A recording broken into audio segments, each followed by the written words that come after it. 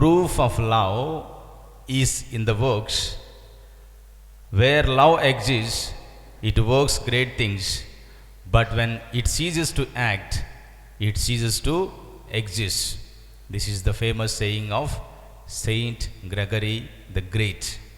So let us know something about this saint, why he is known as the Great and why he is so popular in the Catholic Church. Gregory was born in the year 540 in a noble, rich, wealthy Roman family. And his father's name is Godrianus and his mother's name is Silvia. His father was a senator and his mother was later known as the saint. So his mother is also a saint. Father was a senator, mother was a saint. Which is the greater? Senator or saint? Saint, see?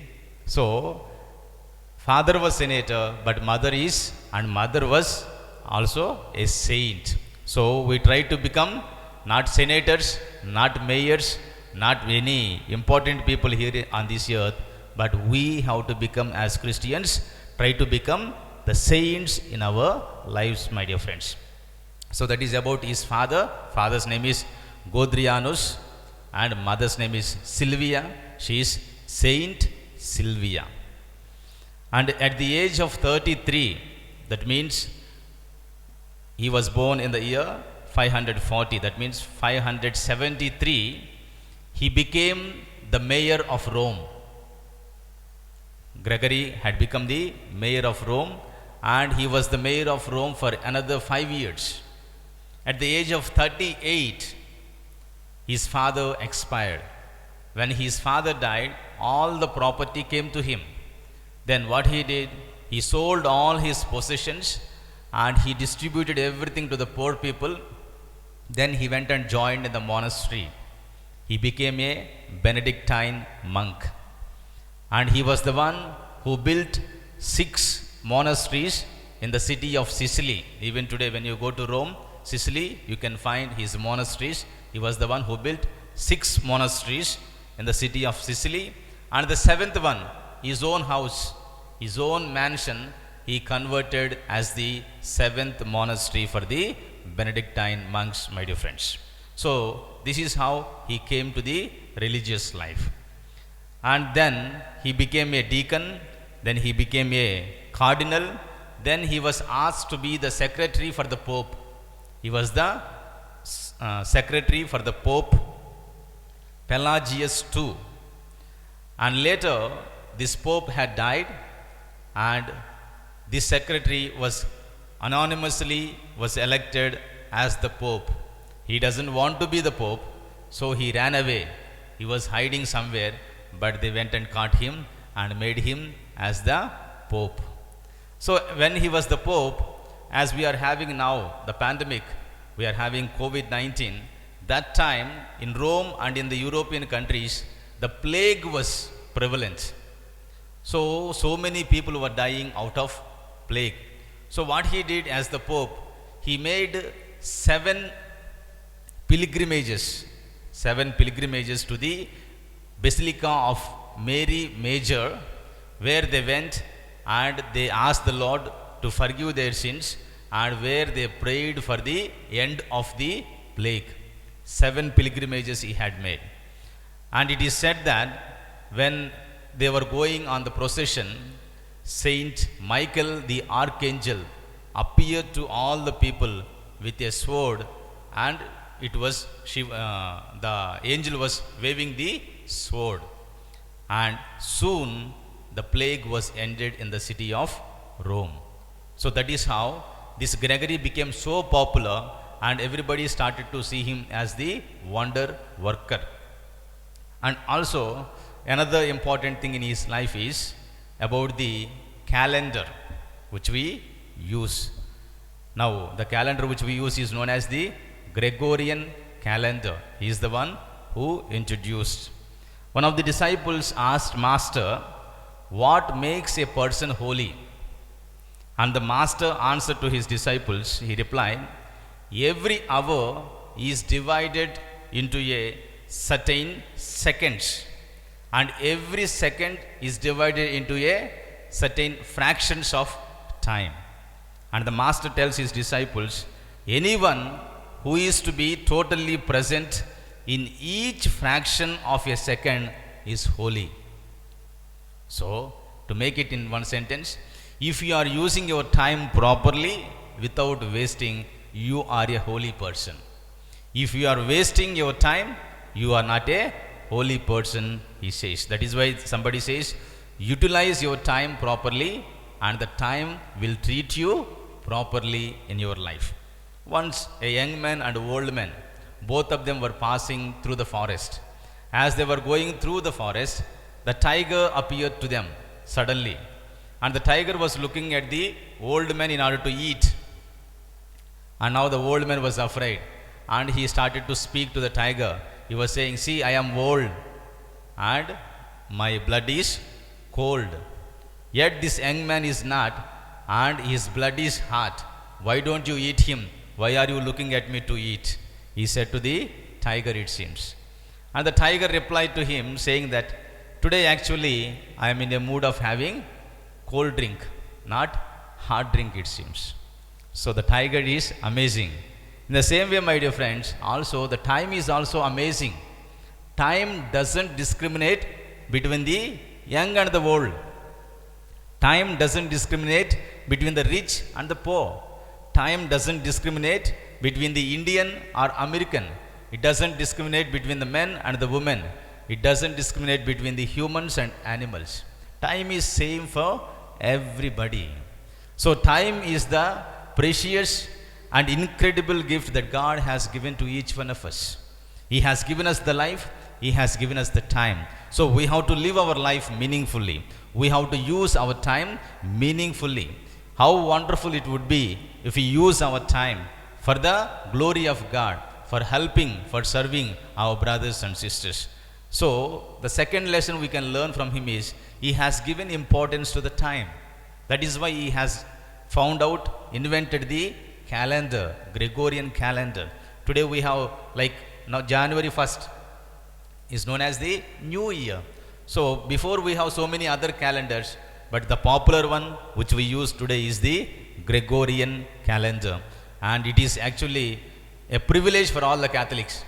A Catholic Pope is the one who invented a calendar for the whole world to follow. Jesus was the one who divided the time, BC and AD. And our Pope is the one who invented the calendar to use. It's known as Gregorian calendar, my dear friends. And another important point in his life is the music, the sacred music. Last time when I was talking about Saint Pius X, he said he prefers in the church the Gregorian music, no other music. For him, the Gregorian music, the Gregorian chant is the sacred music. So that is why he also started a school in Rome where they teach about the Gregorian music. So Gregorian chant is also invented and supported and taken forward by this Saint Gregory the Great, my dear friends. And his title, Gregory the Great, actually he did not call himself as the Great. He was the first Pope to call himself as the servant of the servants of God. He called himself, I am the servant of the servants of God. He never gave himself the title as great. But who gave him the title great is Pope Boniface VIII was the one who gave the title Saint Gregory the Great, my dear friends. He is also one of the 4 Western doctors of the church. I think last time when I was talking to you about Augustine, I told this one. So 4 important doctors of the Western church: Augustine, Ambrose, Jerome, and now Gregory the Great. He is also one of the doctors of the church. And from his character, what we have to learn? These are all his achievements. What are his achievements? I told about the calendar, I said. Second one, I said About the music we have spoken. And he was the one who started the monasteries, 7 monasteries. He was the one who distributed all the family property to the poor people. So all these ones we have spoken. And now about his character. He is a man of justice. What happened is, some of the Jewish people came to him and they were complaining to him about another Jewish people who were converted to the Christianity. What was their complaint is, these converted Christians who came from Jewish families, they had taken forcefully the synagogue from the Jewish people and they had converted the synagogue as the Catholic Church. They kept the cross, they kept the statue of Mother Mary, and they said, this is the Catholic Church, this is no more synagogue. So those people went and complained to the Pope, see, the Catholics have done this one. And as the Catholic Pope, he ordered that remove the cross, remove the statue of Our Lady very reverently, and give back their building to them so that they can use that building as the Jewish synagogue. So he is a man of justice. Though he had the power, though he had the authority, but he did not abuse the power, abuse the authority. He was a man of justice, my dear friends. And another example, he was a man of compassion. Once he heard from somebody, a poor man died out of lack of food. There was no food. Out of hunger, he died. He came to know through somebody. And he was feeling so depressed about himself. How can a person die without any food? So he was also not eating for many days. And he condemned himself not to celebrate Mass for several days, because he thought to himself, now a person died out of hunger, now I am not worthy to celebrate the Holy Mass, which is the Mass of thanksgiving, which is the Mass of sacrifice, which is the Mass of love. So he condemned himself, he abstained himself, celebrating the Mass for several days, feeling very much of pity for the person who died without any food. So he is a man of compassion. So also we should be having this kind of heart, which is very compassionate heart. Whenever we see the people who are struggling, maybe lacking of food, lacking of clothes, we should be the people who are very generous.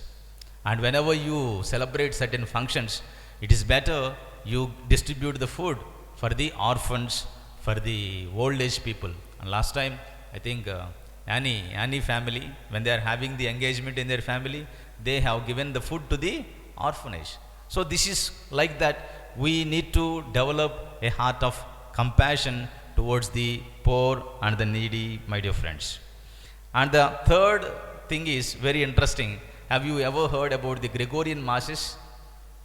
Gregorian Masses. Have you heard? So that is also because of this man only. What is the Gregorian Mass? What is the Gregorian Mass? Last time when I was in Kerala, okay, that was the first time, I think 2-3 Gregorian Masses I offered. So after 2 intentions, another third intention came, and a priest who was with me also, he doesn't know what is Gregorian Mass also. So he had taken the intention for the blessings of the family. After 2 days only we have realized Gregorian Masses are offered only for the dead people. It is not for the living people. So Gregorian Masses are the Masses which are offered for the dead people continuously for 30 days without any break. 30 days continuously you have to offer. And this also has come from him. There was an interesting incident in his life. He was the monk. So he was the superior monk before he became the Pope. He was a physically ill man. That means he was a sick man all throughout of his life. And he was having a physician, doctor always with him, whose name was Justus. And he was also a monk. So now this monk was dying. When he was dying, he asked the blood brother of that monk to take care of his health. As he was taking care of his health, he found in his room 3 gold coins. Actually, as the monk, you are not supposed to have anything of gold, because they have taken the vow of poverty. And this was communicated to Gregory, and Gregory was angry like anything, because he was having 3 gold coins, and he ordered all the monks not to visit him.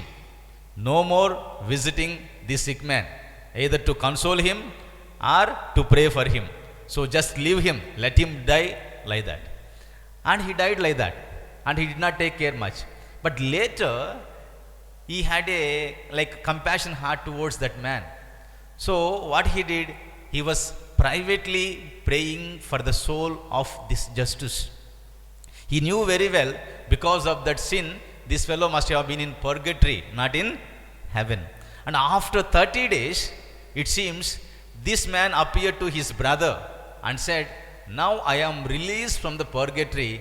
Now I am very happy. I am going to heaven, he said. But not knowing what happened, this fellow ran to the Benedict and said, my brother appeared to me and saying that now he is released from purgatory and he is going to heaven. Then Benedict said, yes, until now he was, Gregory said, until now he is in purgatory. I was offering 30 days continuously for his soul. So now he is released and he is going to the heaven. And this news spread all throughout of Rome. And people started to flock to the monastery to offer the masses for the dead people. Gregorian masses had started that time. So many masses they were getting, the priests were not sufficient. That is why they started to call the priests from Spain, France, and from all the other parts of the world. They were calling the priests just to offer the masses, because 30 days continuously you have to offer the masses. That is how the Gregorian masses started. So also this is an invitation for all of us, for our near and dear loved ones. If you want to pray for their soul, maybe once in a lifetime, offer one Gregorian mass for the departed souls. Wherever you are, you don't need to give me and ask me to celebrate Gregorian masses. Wherever you are, maybe whatever parish you belong, whomever the priest you know, ask them to celebrate the Gregorian masses, but without any break. And remember, it is only for the dead people. It is not for the living people, my dear friends. Now coming to the gospel, I will conclude. In the gospel we see Jesus and Peter. From Jesus we have to learn a lesson. Jesus was walking through the Sea of Galilee, and where he was preaching, so many people were waiting. Where he was preaching, yesterday and day before yesterday, he was preaching in the synagogue, isn't it? But today, he is not preaching in the synagogue. Where he is preaching? At the seashore. He was taken the boat, a small boat, and he was preaching. That means, boat has become a pulpit for him. So, Jesus is the one who doesn't look for the comforts to preach and so on. Today, it is a lesson for all of us. Do not look for your comforts, whether I have the light, whether I have the fan, whether I have the AC, whether I have all the facilities, only then I will come for Mass. Only then I will celebrate the Mass. Jesus used the simple boat as the pulpit to teach and preach the word of God, my dear friends. We need to learn from our Master. He is very simple and humble. He doesn't look for the comfortable things. You see, not only priests, okay, but you see some pastors, oh my God, without coat, without suit, without boot, they will not come for preaching. That has become a mandatory. Coat, suit, boot, it has become a mandatory. AC has become a mandatory. So many facilities have to become have to be arranged there in order to preach. We all have to learn a lesson from our Master. Simple boat he used as a pulpit to teach and preach the word of God. The second thing is, we have to learn a lesson from Simon the Peter. You see, Simon Peter was the professional, skilled fisherman. Whereas Jesus, was he a fisherman? Was he a shepherd? No, he was a son of a carpenter. He knew nothing about fishing. Now Peter was a skilled man, and Peter was saying, all throughout the night time we have worked, but we did not get anything. Now he is calling and asking him, put your net little more inside. Now Peter could have very well said, who are you? I am a fisherman. I am a skilled and professional fisherman. You are just the son of a carpenter. And you don't know the basic knowledge. You know, I think in Kerala when I was there, they catch the fish only night time. Isn't it? During the daytime they don't catch. Night time only with big Chinese nets will be there. Then some lights they will focus it. And night time only they will catch, because the fish will be attracted to the light there, and the fish comes there and they will be able to catch the fish. Now during the daytime, everywhere is the light. So during the daytime they will not catch the fish. This simple basic knowledge also Jesus doesn't know. And Jesus is saying, now during the daytime, come and put your net. He could have very well asked Jesus, you are just the son of a carpenter. You don't know any basic knowledge about fishing. And normal fishing is done only in the night time, not during the daytime. But he did not say anything. What he did?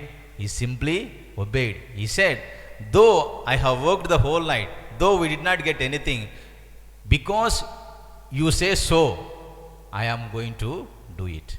So we have to learn in our life, Lord, because you say so, I am doing this one. I know that it is not so easy for me, but because you say so, out of faith, out of obedience to your word, I wanted to do it. Like Peter, we must be able to say. And it has got an inner meaning here. The sea is the world, and the boat is the pulpit, and the net is the gospel, the word of God, and the fish are the believers from all over the world. Here we did not get the number of the fish, but in the Gospel of St. John, chapter 21, verses 1 to 11, if you see how many fish they got, they counted, it seems, big fish. How many fish? 153. And what is that? 153 is during the Jesus time, in the world there were only 153 countries. So each fish is representing one country. So catching the fish means preach the word of God, preach the gospel to all the parts of the world. That is the symbolism. So now he is calling him and telling him, no longer you are going to catch the fish, and I am going to make you the fishers of men. So you have to go everywhere. That means all the countries, all the parts of the world, you have to preach the good news. That is the symbolism of the today's gospel, my dear friends. And he told him, Peter, do not be afraid. How many times it was said in the gospels, do not be afraid, do not be afraid? I think I told several times, no? May not be here. 365 times. In the Bible it is written 365 times, do not be afraid. How many days we have? How many days we have in a year? 365 days. That means each and every day God is assuring us, my son, my daughter, do not be afraid. I am with you. In the name of the Father, and of the Son, and of the Holy Spirit. Amen.